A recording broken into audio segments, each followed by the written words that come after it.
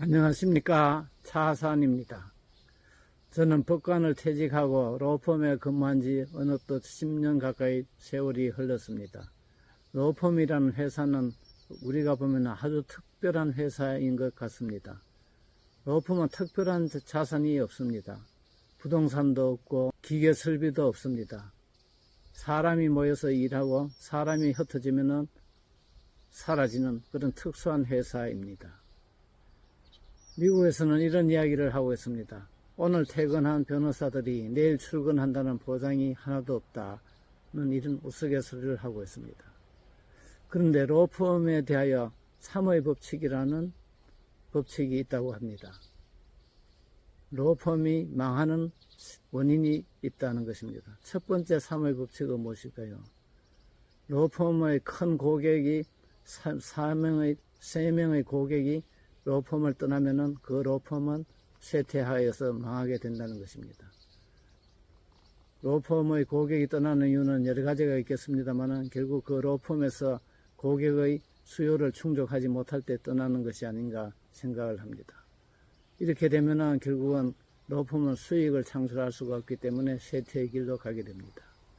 두 번째로는 로펌의 유능한 파트너 세 사람이 떠나면 그 로펌도 쇠퇴하여서 망하게 된다고 합니다. 로펌은 변호사들이 올리는 수입으로 유지가 되고 발전하게 되는 것입니다. 그런데 유능한 변호사 세 사람이 떠나버린다면 중요한 수입원이 끊겨지니까 쇠퇴하게 됩니다. 그러면 유능한 파트너는 왜 떠날까요?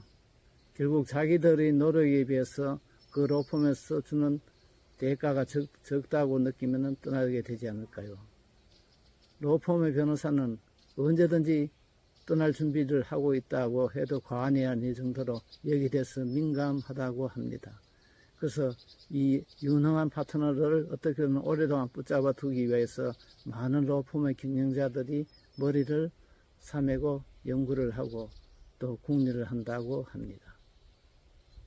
이렇게 본다면 로펌이라는 회사는 정말로 신기하게도 신기한 회사라고 할 수도 있습니다. 주인이 없는 듯 하면서도 누구나 다 치열하게 자기 자신의 이익과 성과를 위해서 노력하고 있는 것이 눈에 보이는 아주 특별한 회사라고 할 수가 있습니다.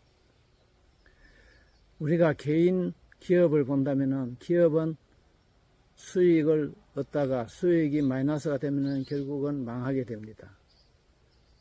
그런데 로펌의 경우도 역시 같은 원리가 적용은 되겠습니다.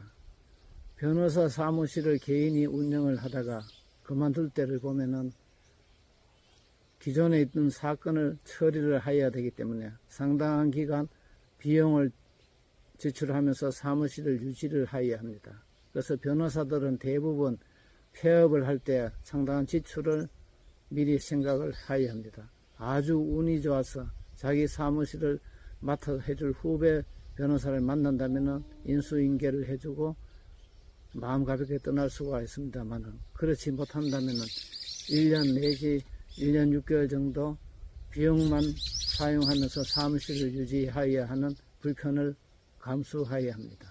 다른 특수한 직종의 경우에는 사무실을 넘겨주면서 권리금을 받는 경우가 있다고 합니다만 변호사의 경우에는 그런 경우는 없습니다.